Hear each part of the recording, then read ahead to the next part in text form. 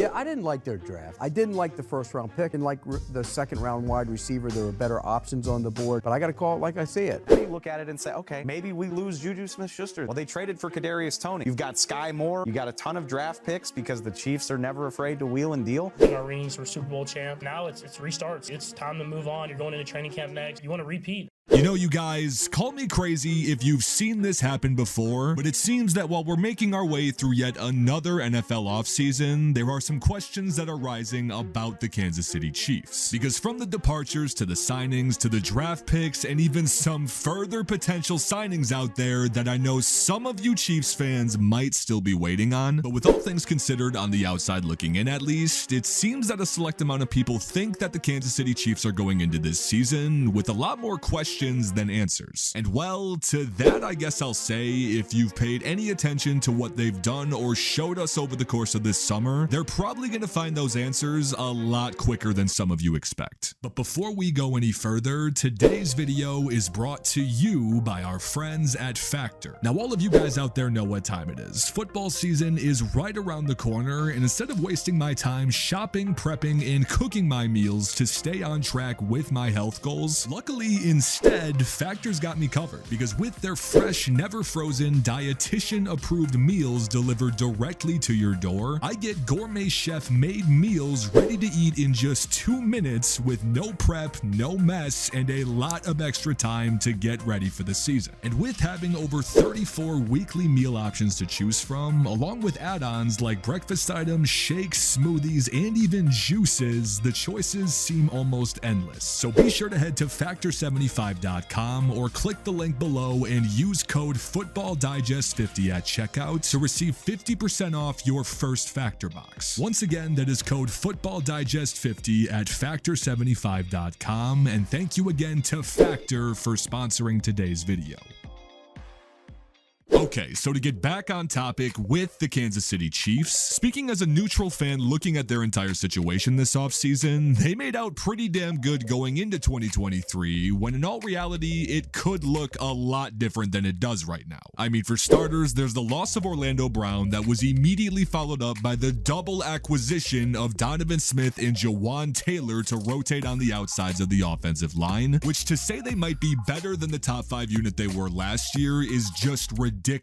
Then, of course, you also have the further additions on the defensive side of the ball in guys like linebacker Drew Tranquill and even Big 12 Defensive Player of the Year that you picked up from the draft in Felix Anudike-Uzomah. All of that while you're seemingly counting down the days until you get the notification for that Chris Jones contract extension. And when that does eventually happen, it's really just going to round out one of the more young and up-and-coming defenses in all of football. But the O-line and the defense are not necessarily what people are worried about, because that is instead somehow reserved for Kansas City's wide receiver room. Yeah, I really don't know how, but the critics are somehow doing it again.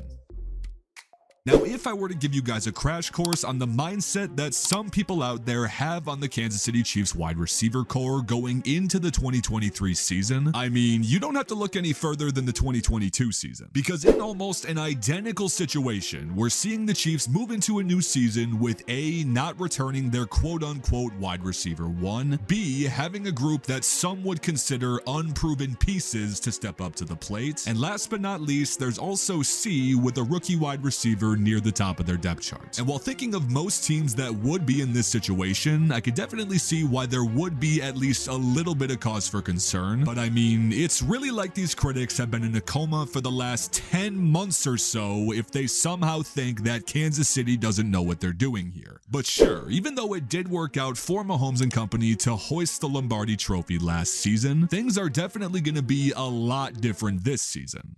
For example, if you watched the majority of Kansas City's games last year, you definitely know that they had one of the more ridiculous rates of target share amongst their receivers out of any team that we've seen in quite some time. But even though it might seem damn near impossible, it's probably going to be greater in 2023, because while the current upper echelon of this wide receiver room consists of guys like MVS and Kadarius Toney, and I mean, it's pretty obvious through their film in the past that their extremely versatile skill sets of providing both deep threat options and short game consistency are clearly why their combination on the field works so well together. But again, to touch on the departures of guys like Juju Smith-Schuster and Mecole Hardman, this is where many people like to consider a strong lack of depth outside of your top three in Kelsey, MVS, and Kadarius. And sure, while we're going to have to wait until the regular season to see if that's the case, I personally don't think that could be any further from the truth, and these two are easily the biggest reasons why.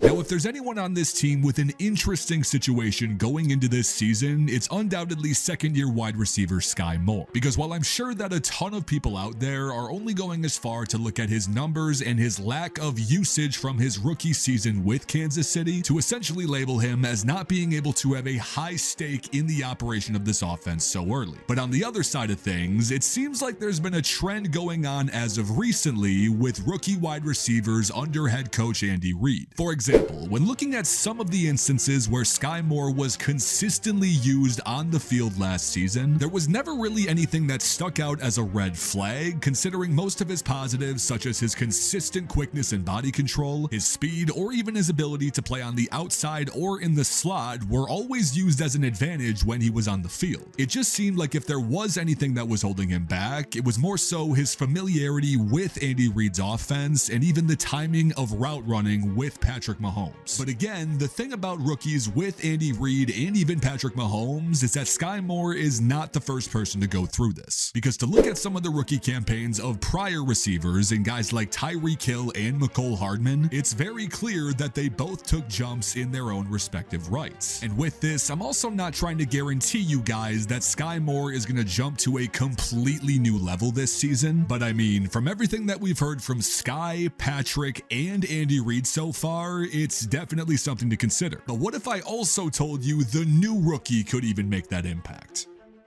Now, if there's any type of receiver that can come in and make an immediate impact in the NFL, it is 100% the build that Rashee Rice is. Because being a guy who clearly you can see from his college days was someone who thrived in getting 50-50 balls, was extremely shifty in creating separation, and honestly, when looking at this film a little further, reminds me of someone who can fill the exact type of role that Juju played in this wide receiver room. But even aside from what these guys can do, the depth that people say is missing from this team has literally gone nowhere. I mean, there's the free agent addition in Richie James, the returning piece in Justin Watson, both Justin and John Ross, who have reportedly been dominating in offseason training. You got the secondary tight ends in Noah Gray and end zone threat Jody Fortson, and that's not even mentioning the running back room and what they bring to the table here as well. And I mean, with all of this at their disposal, it's clear that they do have the potential to be more dynamic than they've ever been, but of course,